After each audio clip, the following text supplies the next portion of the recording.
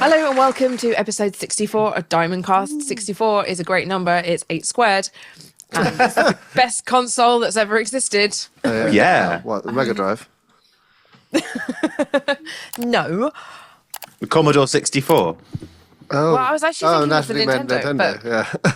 the Commodore 64 was actually great as well. so I good. used to have all the games on my Amstrad CPC, so I could chat till the cows come home about Commodore 64 too.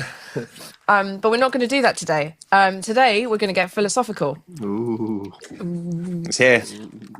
I've been yes, he's got it. I've been reading some books. So today we are going to talk about ego. What does everyone think about when they hear the word ego? What does it mean to people? And in the context of ego, art and creativity. So is most art about ego? Looking at things like if art outlives you, was it about ego? Was it about your legacy, or was it about something greater than that? Because the idea is that art will outlive you. If you make something, put it out into the world, when you die, it's still there. Hopefully. So does your art transcend you as a being into the world? And what does it mean for other people? I mean, the amount of people that you guys' art already has touched and has become part of their lives, when you die, that will still be with them and whoever they pass it on to and whoever else comes across your music long after you've gone. It's true. So thinking about that. So briefly, what is the ego? When people talk about the ego, we think, I'm just going to give you a quick rundown of what I've done in my research. But so the ego is basically it's your sense of I, right? So the idea that I am this person, I have a history, I want things, and I am separate from you. It's not like, arrogance or narcissism. That's sort of misinterpreted way of saying it. That's when people say that, they mean sort of overinflated ego rather than just ego itself. In philosophy, ego is the story you tell about who you are. It's constructed from your memories, from social feedback, from culture, and from comparison. Without it, there's no sort of sense of who you are.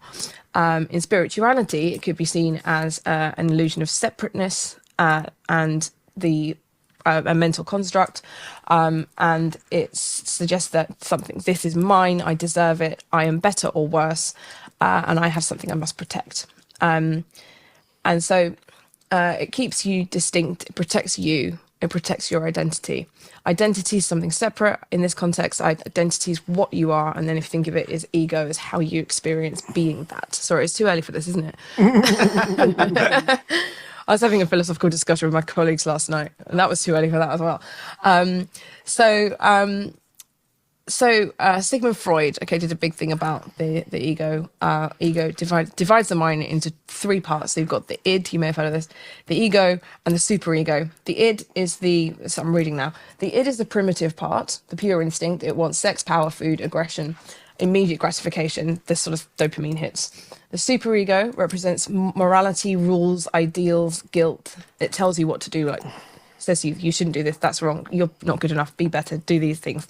It's like the judgment part. And then the ego is the mediator sitting between the two things. So the id's like, I want this, I need pleasure. The superego's like, I probably shouldn't do that. And the ego sits there and mediates between the two. So it says, you want something, here's how you can rationally achieve it.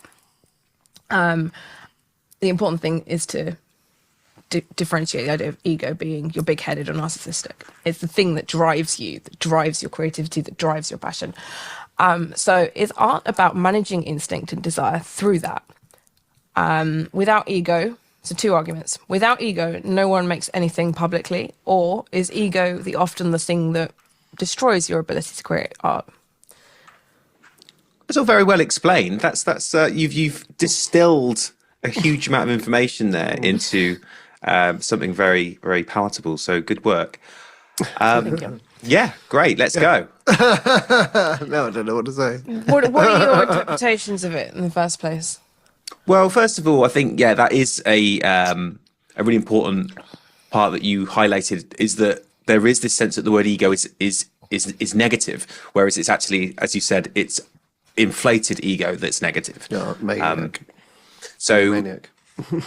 Yeah, so it's I think that's a really important distinction, because for whatever reason over the years it's become synonymous for many people with something negative rather than it just being something that's neutral, like Seen as selfish perception. as well. Yes, yeah, rather than simply like perception or whatever, it's something that's neutral in terms, and then we talk about what sort of perception. So yeah, I think that's a really interesting point, and I like the way that you described how there is this dichotomy between those different parts, and there's a mediator in the middle, and that's sort of, as I understand it, that's something that we're going through all the time in everyday decisions. Right. Cool. Yeah, I think it's been conflated with selfishness as well. And selfishness is always seen as a negative in society. But my argument, I think, would make this: there's no such thing as a selfless act, and everything is inherently selfish. Even if it's doing something charitable for someone else, the selfishness, you get joy out of that. So everything has some sort of level of selfishness. So I think ego has been like viewed in a negative way because it sounds like it's a selfish thing, but I don't think that's necessarily a bad thing. Yeah, that's an intriguing concept. The old giving to charity to feel good about yourself. I guess, is it one of those things whereby if you do it anonymously and never tell anyone about it, that's a different thing than saying, "Hey, look at how charitable I am, everybody." Yeah, I mean, there's degrees, but you still get something out of it for yourself, even if you do it anonymously. The pleasure of helping someone. It's still a selfish act. It depends unless you lost Just something in the degrees of act it. of helping someone, Yeah. right? So if you helped somebody, I don't know, physically helped someone do something, but it was a detriment to your day because you had to give up something you wanted to do, Yeah. would you call that a selfless act? And then would you That's also... stupid. Well, that's another thing. Is that an idiotic thing to do? Because actually you then have lost something and you gain nothing out of it. So and some people will be on different ends of the spectrum. Some people very much will be like, well, yes, helping someone else to my detriment is an absolutely okay thing to do. It's absolutely fine. But then why? Do you still get something good out of that? Do you still feel good because you lost something and gave it to someone else? Damn, I wish well, that's the story. I personally don't. I would rather, like, you know, help someone else if it goes along with what I'm doing, like, as it not lose something because I had to help someone else, because then I feel a little bit like it's a bit, Resentful? no, not resentful, just a bit unfair. Because like it depends how much of a detriment it was. You know, if you say I only had £300 to last me for the entire month and I gave 250 of it to someone else, right? That would put me at a severe disadvantage and I'd have to potentially not eat things for the rest of the month. I wouldn't feel good about that in any way, shape or form. I would feel annoyed with myself. I guess that's the difference between being benevolent and helpful and self-erasure. So you've erased yourself in that scenario to help someone else. So I think if you can do kind acts without erasing yourself, that's the sweet spot, I think. Anyway, Mum, to tie it back to creativity, so I didn't mean to go off on the charity thing. But, like, you know, you write music for other people, but it's all really for yourself as well. It's not, obviously, it's the same with any creation of art, because you're putting a part of yourself out there. I mean, what if you create art and no one ever else, you never show it to anyone else? Like no one, ever. Yeah. Well, would you still do it if you were never going to show it to anyone? I mean, you must get something out of it. Otherwise, why would you feel the need to do it? Yeah, well, I've experienced the sensation many times. Some of the best creative moments I've had is when I'm just thinking about I want to go home and record this idea I've had. I'm not thinking about where it's going to go or what it's for or who's going to hear it. It's just like this. I really want to express this, and that's where I think some of the purest creativity has come from, rather than the times where you sit down and go, right, I've got to write a good song. How do I start doing that? Yeah, it's pretty hard. So yeah, it's so subjective. What's good? Well, yeah. So then that's where it becomes, I guess, even more disconnected to an expression of self, because you're trying to this barometer of reception rather than I want to express something because it just makes me feel like a sense of catharsis and a sense of self, of this impulse. So when you get that really strong impulse to create something, certainly what I've experienced is that it's quite a driving force that transcends any sense of where it's going to go or what it's going to do. And I also feel that when I have that moment of spark of excitement of creation, it feels very similar to the same spark I felt my entire life, regardless of where I am in my life and the surrounding context. So when I get excited about writing a song idea now, it's kind of the same as when I was 12. It's just like, oh, I've got this great idea, I want to record it. It's like a step into a lane that's running parallel to the entirety of my life that kind of always feels and stays the same, and then step back into where we are now, and then put that creativity within the context of now. I actually find that's my favourite part about my whole career or life. I like playing music and I like doing this and other stuff, but like it's the moment when you're actually writing a new song and just like sitting at the piano or whatever, or guitar and coming up with a new idea, which is my favourite little element of the whole process of being a musician. Yeah, it feels really pure, doesn't it? It feels really uncomplicated, not uncomplicated, but unfiltered by anything else at that point. Innocent and Yeah, raw. yeah. Point to the part of your head which feels stimulated when you're in that moment. No, seriously. I want to see if it's the same as mine. I don't really identify it like that. Not in my head. Really? That's interesting that you identify it with quite specific location. It's here. It comes out of here. It goes, Right, that's cool. right? Because then that's when I'm feeling the most childlike in my sit, and I'm free, and I can just sit there and things come out of my head, and I'm like this. And actually, it feels like someone's massaging this top part of my head like that, like a lot. And the more I do it, that's why it's very addictive as well, because it feels really good. So you sit down and just like work on stuff. And that's why I could sit for maybe 6 hours and not realize that it's got dark and I haven't been to the loo or eaten anything or drunk anything for that whole time. Oh, that's cool. So you have a real sense of where it's happening. Yeah, it's here, yeah. It's the back of my head there. I don't know if that means anything to anyone who knows anything about neurology. It probably doesn't, actually. It's probably a different part of the brain that... That's how you stimulates. sort of visualize it. That's cool. No, it's how I feel it. It's All not right, is it like you physically feel it? I don't visualize it there. I physically feel like my brain's getting a massage. That's like cool. it feels, you know, when you have a back massage and then you can feel the knots like loosening. It's like that feeling.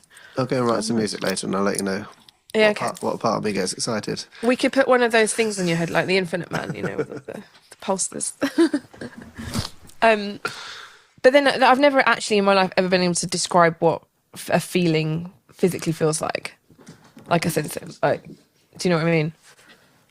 That's weird. Anyway, carry on. Sorry, I was distracted by the cat zooming around. What drives you then to create stuff? It's not to do with, is it to nourish that part of you that's that innocent childlike excitement part, or is it because you want this thing to exist in the world that doesn't exist?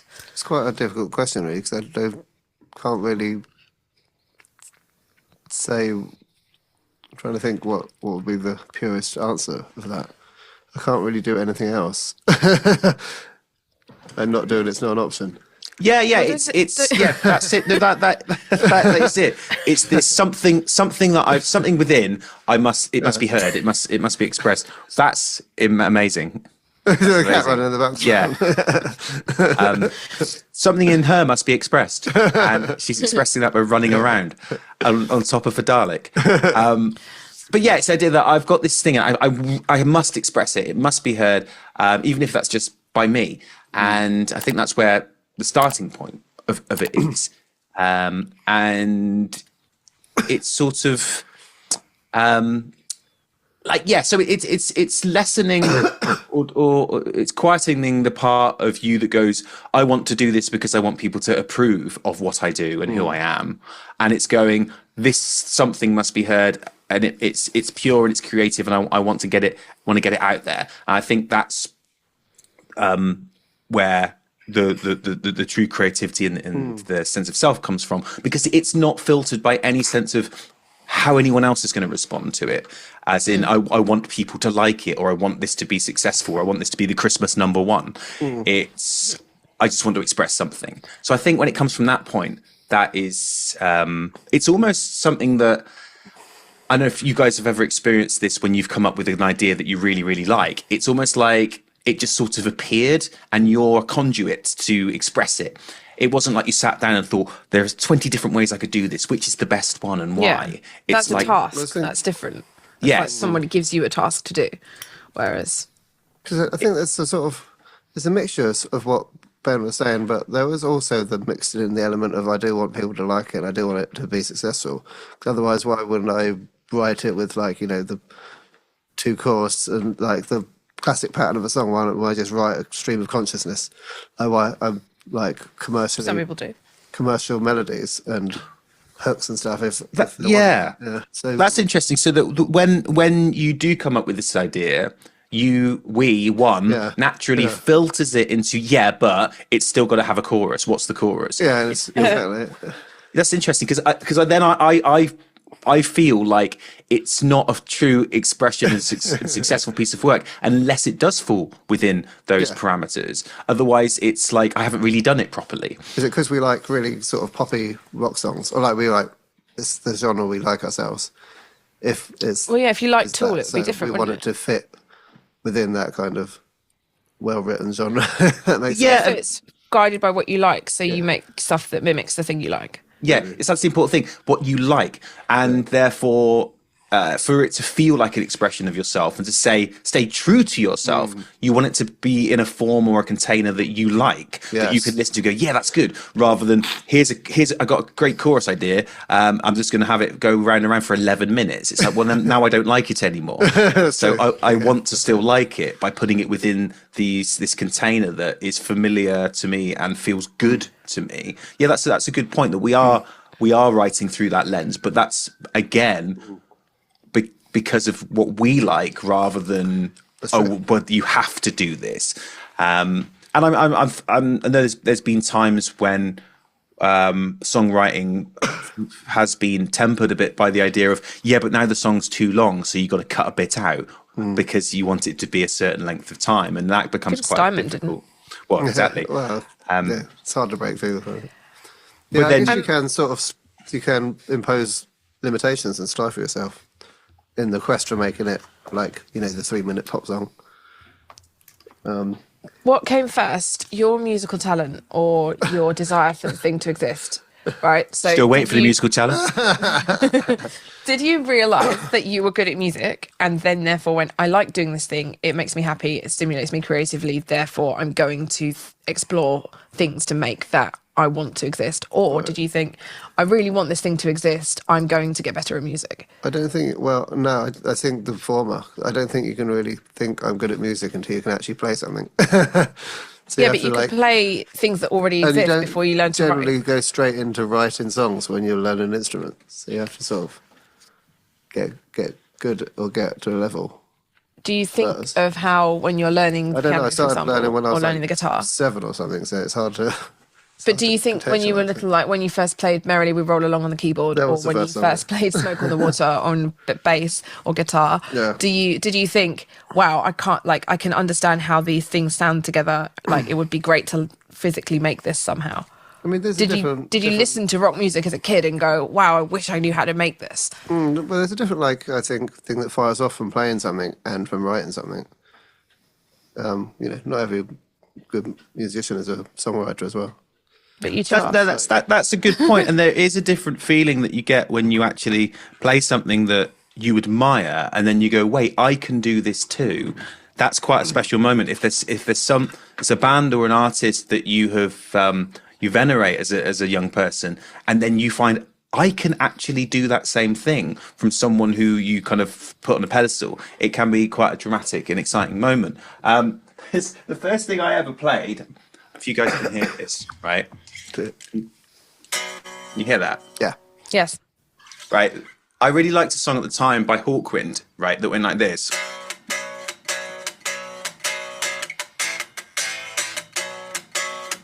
But so the first thing I ever played, I picked up the guitar and I actually put it down like this, like not up like this because I couldn't hold it like this. I played this, right?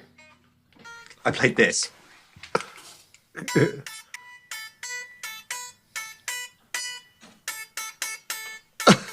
Right, which was what the version of this that I could do at the time, right? And so that was the first thing that I ever played, and completely well, not completely wrong, like melodically and rhythmically, it was sort of the right thing. But that was a weird moment of, I've remembered something. I'm sort of doing it myself, but I still know that I've got a long way to go.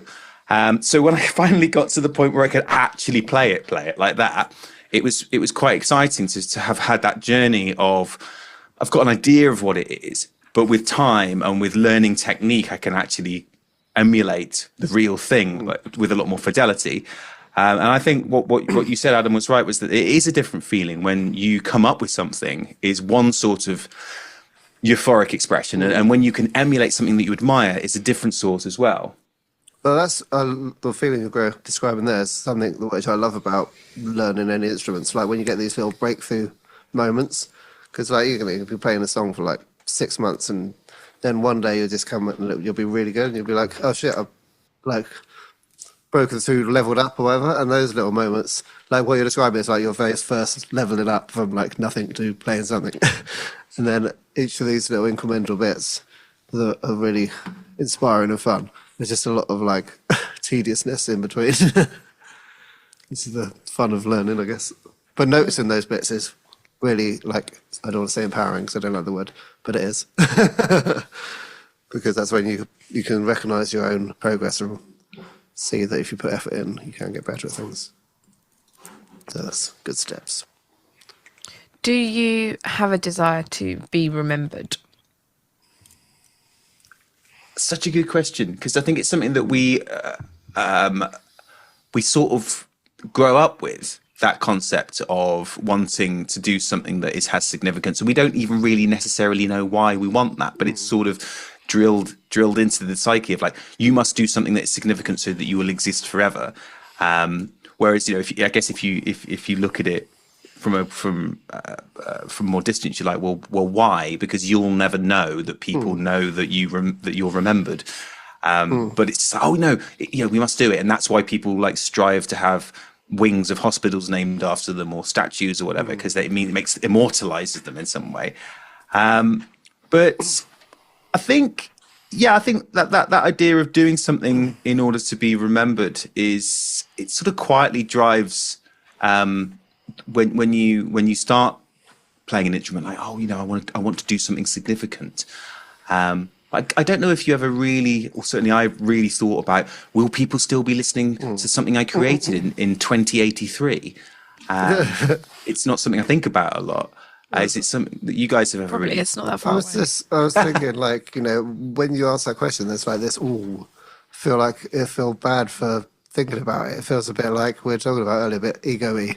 But then I was thinking about it while Ben was talking. I was like, well, yes, obviously I do. But like the question is sort of loaded, like with what kind of scale? Yes, I love to be obviously remembered by my friends and family, and like, No, I mean, like my music go on, but I don't need a statue. It's like, what kind of level of being remembered do you mean? That was probably a loaded question. Maybe it's just if you want to be remembered for your work. Oh yeah, well there you go. Well, I mean, yes, that's the same thing. Otherwise, what's the point of making it? Because your friends and family aren't going to necessarily remember you for your work. They're going to remember you as the person that you've been all your life. I want my work to live as long as possible. And Yeah. that's why you put it out there. So Is this a thing that is exclusive to creatives and maybe scientists? Because I'm trying to think about people that don't do creative things and do other things, like what? Because I think that maybe that's why people have children, right, to leave a legacy. And then the question is some people may find that children are a more important legacy than their work, whereas others might find that their work is a more important legacy than having children, because it can, I guess, affect more people on a larger scale. But then is that, I don't necessarily think that's a bad thing, or when you say ego-y, we're like an inflated ego thing, because your ego is the thing that controls and regulates deep shit, your desires, right? So to make anything that you're going to yeet into the public, you have to believe that you matter on some level. it's hard, isn't it? You think about people like Van Gogh and shit like that, or like Who never artists that actually got knew. Loads well of people known never knew. during his lifetime. Exactly. And then there's people that don't even want to, that just create stuff. So I guess it varies. I mean, if you're creating music, like by its nature, you want people to hear it. So I guess you are putting it out there, because otherwise it needs to be heard. like Are you, treat so all you're of us. saying that you want, because it's different with the art, like, because you can make paintings in your room and for your own personal enjoyment, and no one ever sees them until you die. I Or mean, I'm sure we've all got loads of songs we've written that no one else is ever going to hear. And that's what, like, but once you put it out there, you want people to hear. I think so. Yeah, that thing about legacy is important because there's that whole thing about you must carry on the family name, and there's this sort of big importance put to it. And I think that legacy thing is something which is fairly widespread, where not just within art, but within many different sort of vocations. And again, just that idea of the family name must carry on, and the importance of that is attached to that. But I think. The idea of you create something because you want to do it, and it makes you feel something, and that, I think, if you're expressing things and creating things without trying to be like too much explanation or too clever about it, or wanting approval about it, then that allows you to express something because you're just doing it because it feels right, rather than, as we said before, about the filter. When it comes to the long-term effect of how long does that stay in the world, that is an interesting question. And I read a book by a guy called John Sarno, and he said that as finite beings, we are enraged by the fact that we're going to die. So therefore, we do all this stuff to try and counteract that by having a legacy, or for some people, like creating drama in their everyday life to feel important in some way, because like that kind of crushing sense of I am ultimately insignificant and I am going to expire, so better do something now to make an impact. And that idea of trying to immortalize yourself through the work is it's definitely, I think it definitely motivates. Some people are motivated by that, by the work must live on. But I guess the thing that will make the work live on is if you just write it from a really honest place, when you're not trying to fix with any trends or be clever or get approval. And it's just, you've done something that leaves a very honest emotional residue that can connect with people. I think it depends on what kind of sort of legacy you want to leave behind as well. So, like, I'd be happy if people just listen to my music, our songs, and think this is wicked, and that's all I'm asking for. I'm not. I don't want to change people's lives, but some people, like, might create art to, change society or make a different kind of impact. Whereas I just want people to like the music and the music to live on. To sort of to quietly create something, that affects people in a positive way. Because say, for example, there's a really great album by a really great band, and you really love this song on it. You don't necessarily know who was the engineer in the studio who created that. So has that engineer then failed because you don't know that he did that work, or she or they did that work? And it's I'm sure that person's like got the disc in their flat in their house and stuff. That their friends and family know what they worked on. But again, maybe that's why people go into that job who don't necessarily want the limelight, but they want that thing to exist still. Yeah. So that's possibly a more grounded way of making those contributions, is because you're saying, I want to create good work, regardless of whether or not I get explicit credit for it. That everybody, I mean, I'll be credited for it, but it doesn't have to be like everybody must know that I did this. And if, say, that engineer was at a party and this album was playing, and everyone was going, "Oh, this is great," that person doesn't have to go, by the way, that was me, just in case you didn't know. Probably quite pleased knowing that they did it, and then just looking at everyone else's reaction to it. I'd imagine a lot of people in that sort of line of work are quite pleased with people like being with the level of anonymity that they can choose to have or not. Just like I was just thinking, like with Flashbang, we designed like loads of stuff for the War of the Worlds immersive experience in London. Like we did all the menus and the beer taps, and I redesigned the logo and stuff like that. And that's been going for a couple of years, and like millions of people have been through it, and no one knows that we worked on it. Unless they look at the little picture behind you, Adam. There's a picture of the beer tap there. These ones, yeah. But exactly. So I've got one on my wall, like a little gold record. So we know we've worked on it. Yeah, and like, say for example, a massive new Star Wars movie. Whoever actually was the camera person on that wouldn't get stopped in the street and be, "Oh my God, you were the camera person on episode 12." But they were such a significant part of creating that art that they must be able to feel just the pride of having known that they've done it and that the peers that they respect know they've done it. Yeah. So they would by other peers and by nerds, right? And those are the people who they would want to get the attention from, because peers, you obviously get respect within the industry, and people who are super nerdy enough to actually know who they are, well, they deserve respect for even knowing that. Yeah, that'd be me. So I mean, you could say that means that positive response has more substance to it, because it's people who actually understand the work that you've done and have really immersed themselves in the work that you've done, rather than, oh, you did a famous thing, now you're cool. Yeah. So Yeah. this topic gets deeper. Wait, so I don't think, I mean, some people do things because they want to be accepted and they want people to think they're cool. So it's like, what do I have? I guess I've heard people say that, you know, it's easier to get a date if you have a talent.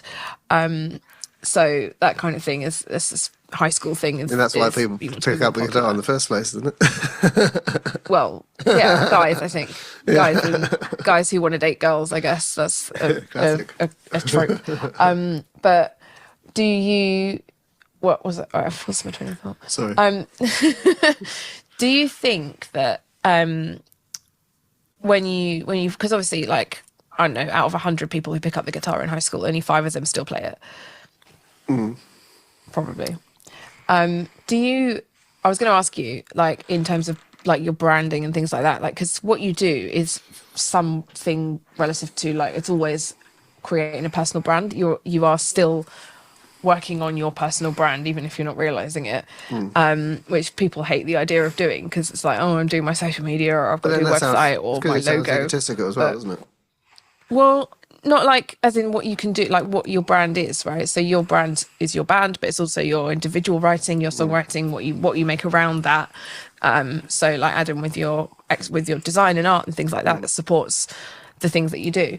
But and definitely as a designer, you make work thinking about the audience, because that's the person. It's the user experience is the most important thing, because that's why you design. Art being something different. You said you want people to listen to your music and just hear it and go, "That's good music," or "That I like that. I don't want to listen to it. Oh, this is a banging tune," right? So like, do you make your best work when you're thinking about the audience, or when you forget that they're there? Ooh, that's difficult. That's difficult because you were saying, like, with design, you have to think about the audience. Yeah, I meant music. I mean, that's why I used design as a comparison. Like, obviously, when you make design, you have to think about the audience and how they're going to perceive something. And I think that's true with writing novels as well. You sort of have to think about the audience and how they're going to perceive characters, because you want to give them a satisfactory payoff. You want them to go, "Oh, I was thinking that all along." You know, like when you're crafting a story. Because when you watch a film, and good films are ones that have an ending or a middle bit where you've got enough nuggets of information to deduce the conclusion yourself. If it just tells you everything and tells you the exposition as it goes along, it's not a good film. Everybody's like, "This film was rubbish, something I didn't like about it." You know, they can't always figure out what it is. Otherwise people just say, no, it's exposition dump after exposition dump. People want to figure things out. It's different. You have to think about your audience when you're writing a film or a script or a book. But what about music? What do you think, man? Yeah, that is a really, really good point there, because with things like storytelling or graphic design, there is a definitive outcome that you want people to go away with. You've said, "I want you to understand this." Whereas with music, it's a lot more arbitrary. It's a lot more intangible. And I think if you're able to express something and you say, and you start with the point of, "This is how I feel," but that then translates to the audience as they get a sense of a feeling of how something feels rather than specifically how I feel, then that's been successful. So even though they will never know how I feel, they get a sense of how, say you're writing a song about a breakup. Okay, they don't know how I feel, but they know how it feels. They have a sense of the emotion attached to the idea of a breakup.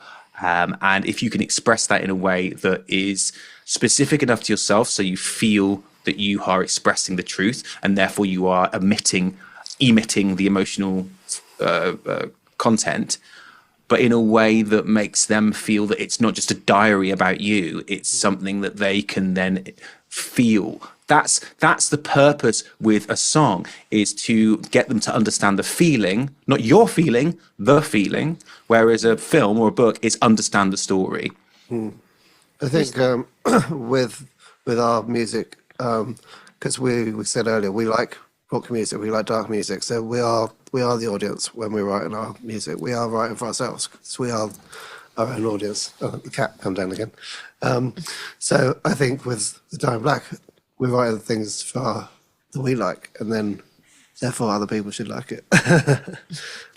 But that's like being a designer and using, and saying, well, I'm designing a product that I would use, therefore I am the best sort of decision maker about that. And what you have to do in design is like interview tons and tons of people to get feedback to see what their reaction to products are, right? That's very, that's it. We're writing within a genre that we are fans of, so yeah, we are the audience. Would you does anybody write in a genre they're not a fan of? Probably, yeah, like people that write for other people.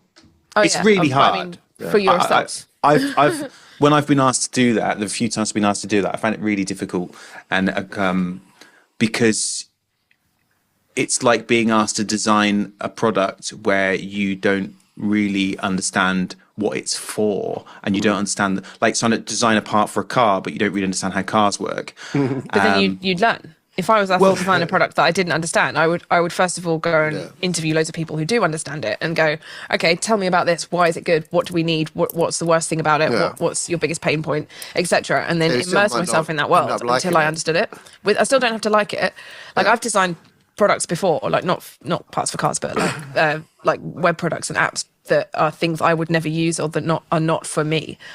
But you have to go and like immerse yourself in that world and speak to all those people and understand why they need it in order to be a successful designer. But there's no emotion attached to that. That is like very objective, logical way of approaching things. I think with music, you have to have emotion attached to it, even if it's something you don't like.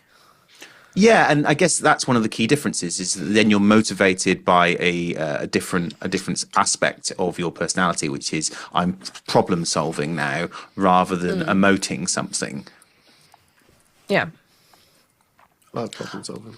But maybe it gets to a point where if you feel comfortable enough with the parameters that you're working and you learn enough about them, then you can return to more of an emotional state of like, right, I understand what I'm doing now. Let's go back within and find the emotion that I can then use within this framework. So if you're writing in a genre that you don't like, because it's like an assignment or something, do you still get the same kind of like, hey, I've written a song, buzz, that we were describing earlier? Or I think so. If you become immersed enough in it, because I have experienced that as well. There's been times where, like say I've been asked to write like a jingle for a radio station or whatever, and it's this is but then once you actually get into it and you become immersed in the process, for me the natural excitement about music and creation came back out again, and also it was kind of supplemented by the idea of it doesn't matter if this is something that represents me per se, I'm just being allowed to use my experience in music. You still get like a finished product at the end, and you can be like, well, the mission accomplished. I wrote something outside of my wheelhouse, and it's still, they still like it. Yeah, I'm still proud of it. Stands up to people that are into that as well. It's still like challenge accepted. Kind of thing. And then you learn something new about yourself, I guess. It's like adding another string to your bow. Yeah, totally. You did something you weren't out of your comfort zone. Who was it? There's a quote someone said, I think it's on billboards or something, about like or in memes about like if you're not out of your comfort zone, then you're not learning. I know. Yeah, I mean that's a good point, because then you just go around the same stuff, and sometimes using the same songwriting practices can become a bit stilted, because you find you're just creating the same work over and over again, and you have to kind of break out and go, maybe if I did try and listen to some country music for a few days and take something that they do in that genre and bring it into my own, suddenly things can get sort of broken open again, and like, oh wow, that's really cool. or changing the way that you structure a song from what you would normally do, doing something really like Have you ever done that outlandish. as an activity? What, just doing like listening to a different genre, or Pick a genre that you don't necessarily normally gravitate towards. So not necessarily that you don't like, but just one that's just low down on your list, right? And then listen to something that, or a series of pieces of music that are that represent that genre, and then pick something out of it that you think they structurally do well, and then use that in your way for your type of music. yeah, We yeah. mentioned this. Sorry, I think we mentioned this before in like an earlier cast. Like I've got like an internal bank of ideas to use in songs, and like I could just be listening to anything, and if I like it or hit a good idea, I'll put that in the vault. Have you ever got to work something out. from a genre you don't like? Yeah, because I'm listening to everything all the time, and there's always something to be gleaned from them. If you notice a good bit, like I'm not a massive rap fan, but I like some of the rhythmic use, so you could always adapt things like that. Yeah, and you could listen to a genre and not like the song, but you could like the way that, oh, isn't it really interesting that on chorus 3 they brought that thing back from verse 2? Yeah. Things like that aren't necessarily like stylistic Or production choices, wise, yeah, but like production. arrangement and production yeah. choices that you can go, oh, that's really interesting. I remember once when I was trying to write a chorus, I listened to about 10 new songs that had come out like that week from different genres. I was like, what do they do? What does each of these songs do on its chorus? Where does it place the first vocal note of the chorus within the bar? And just like doing a bit of an analysis of listening to them, thinking, why do I like that? Why do I dislike that? Why do I think that one's better than this one? It was very analytical, and it wasn't something that I do very, very often. Cool. Did you write it down? I didn't actually write. I didn't spreadsheet it, but I just thought about it as I went along and experimented with the different ideas within what I was working on, and came up with different versions that then grew from that. Cool. So yeah, I think stuff like that is, and maybe that's something that I should do more to sort of break out of, but this is the way that I do it. It's like, well, look at the way someone else does it, and then bring that into your own creative But it's still be the workshop. way you do it, well, exactly. 'Cause you're doing it. Yeah, exactly. But the fact that you've analysed how someone else has done it is that's the work, isn't it? And then you can then have that. The analysis is what gives you the power to implement it in your own style.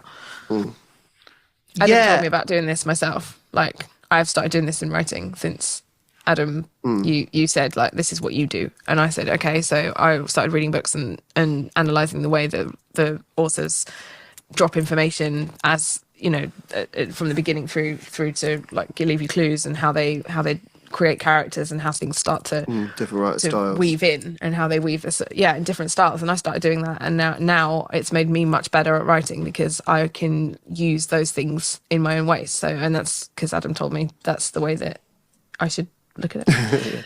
That's really and it's good. been really interesting. That's really good, because you've taken examples of other people's work and process and made it into your own. I heard this thing on a podcast recently that said, if you are an artist and you want to get inspiration, don't look at what people around you contemporarily are doing. Look back at the greats. So if you're a musician, look up what's Rolling Stones' 50 best albums of all time, and go and listen to those records. That's a better source of inspiration than trying to go, oh, him or them over there, what are they doing now? They're doing really well. Maybe I should be like them. Yeah, there's only a reason why these things are so big and so popular. And There's not that they've many proven things that are shit that get really massive, you know? Especially yeah, longevity. and it also stops you. It kills the again. That's we're talking about. Go back to the ego. That comparison, which is sometimes people say comparison is the death of creativity. Yeah, the thief of joy. Sorry, thief of joy. Yeah. But the if you get stuck comparing yourself to others, going, you know, how do they do it? How have they got so many followers, right? And it's like, well, but they might have done something completely different. It's not their music. It might have been, you know, they got promoted by someone else at one point, and then that's where most of the followers came from, and it snowballs. Yeah, and I think if you're listening to older stuff as well, there's a purity to it that you can listen to it. Certainly, I find that I can listen to it with a sense of more of a sense of safety. So if I'm listening to like a Joni Mitchell album from 1968, I'm like, oh, I'm really listening to this and understanding it and feeling it and getting something from it. Whereas if I were to listen to like something that's just come out now, I think it's tempered by the trammels of, oh, this is cool now. Why is this cool now? I feel more of a sense of instant kind of, I don't know if competition's the right word, but there's I mean, there isn't we are that same competition on a certain level. Yeah, that's a different sort of Yeah. feeling of safety of listening to something that's much Competition of older. people's attention. And I feel like I'm listening to more just about what the music is about if I listen to something that's older, rather than, hey, what else are they doing? What is it that is working for this band on a wider spectrum, rather than simply what's happening in the music. So that disconnect that you get from studying older work that is further from where you are now, I think there's a certain purity in that. It's more just about the music. How classic do you go? Do you go? Oh, You I was said just you about to mentioned say, the Rolling maybe. Stones. So you have to learn classical music at music college. So there's a reason. Well, Well, that's what I was thinking, because like, do you go further back beyond rock to rhythm and blues to, Adam, you play a lot of ragtime, but you all at some point got classically trained, I assume, or understood classical music and how it works. Yeah. Well, I'm not classically trained, so I only know bits of each grade, but I couldn't do an exam in any grade probably. But there was a Mozart song I was listening to, sonata. I don't know what you call it, like a piece. Yeah. That I remember was listening to once when I was doing some studying, because I'd heard that if you listen to classical music when you study, it helps you. And when I was at university, and this Mozart piece came on, and it went da da da da da da da da, and I was like, "Wow, that's amazing!" It just really like hit me really hard. So I put down what I was doing. I picked up my guitar. I was like, "What's happening in that piece of music?" Distract you from doing your work there. Yeah, it didn't help, did it? What were you studying? Was it like physics or geography or something? No, that was when I was studying drama, and I thought, what is it about that change, the melody and the progression below it? What is it that's just really made me sit up and go, wow, that's so emotive? And I kind of figured out what it was, what is happening, and then wrote like a hardcore, post-hardcore emo song, like based around that feeling that those notes colliding or complementing That's each other awesome. are done. Yeah, Can we hear the song? yeah, it's actually on Spotify. What's it called? It's called Never Wanted This by ACO, which is the band I used to be in, ACO. Never Wanted This. And that, Never wanted this. And what's the Mozart track? I can't remember, but I'll have to look that up as well, see if I can find it. Cool. Okay, cool. Yeah, that'd be good. I want to know what that feeling is, and then listen to your piece afterwards. Nice. That's cool. Well, we've got a couple more minutes to do here before we switch over to our Patreon. Patreon Yeah, so we're going to do a little chat on Patreon as well. But for now, so let's end the debate or the question. So, do we need ego to be able to create music? Yes, because you want to express something about yourself in a way that is fulfilling and honest and creates an expression. And if we can do that in a way that's pure and untempered by, is this cool? Are people going to buy it? Do people approve? Am I being clever enough? And you can create something that then echoes down the ages because it's an emotional residue that is from an honest place, but hasn't been, let's say, vitiated by the outer sources of, am I trying to be cool? Then you can have that longevity, I think. And perhaps we can all listen to music and we can recognize, oh, was this created because this was what was cool in 1983? Or is this something that stands the test of time because it's a true expression of that person at that time? Is all music about the artist, or is all art about the artist, even if it's not outwardly about them? So if it's not your actual emotion coming out in the lyrics, is it still about you? I mean, but I mean, it's yeah. Do you mean like if you're doing a cover or something? Well, anything that you create, because like a cover, like really good covers, right? Like "Wicked Game" by him, or right, or like Hurts. Is it Hurts by Johnny Cash? Or Yeah. Oh yeah, Hurts, yeah. sorry. Yeah, like those are expressions of those artists. Of course. Just because they're a cover, because it was written by someone else, still an expression of the artist who is creating it. Is all art about the artist, even if it's not out. It's not Yeah, obviously because you are the a conduit story about through them. which it comes. So Yes. Yeah, you're still. Sorry, it's Adam. about. I don't know if it's necessarily about it, but you are the conduit through which it, which it comes out. I guess there's different grades of it because say like that cover Alien Ant Farm did of Smooth Criminal, right? It's really good. It creates. I like it. I think it creates a sense of energy and joy. But I don't feel like they're really feeling that. I mean, the they three really mean examples you just that. made, like they have all made it their own. You know, they Yeah. those three bands do make it their own, especially like Johnny Yeah. Cash one stuff. There's more Johnny Cash than it is Nine Inch Nails.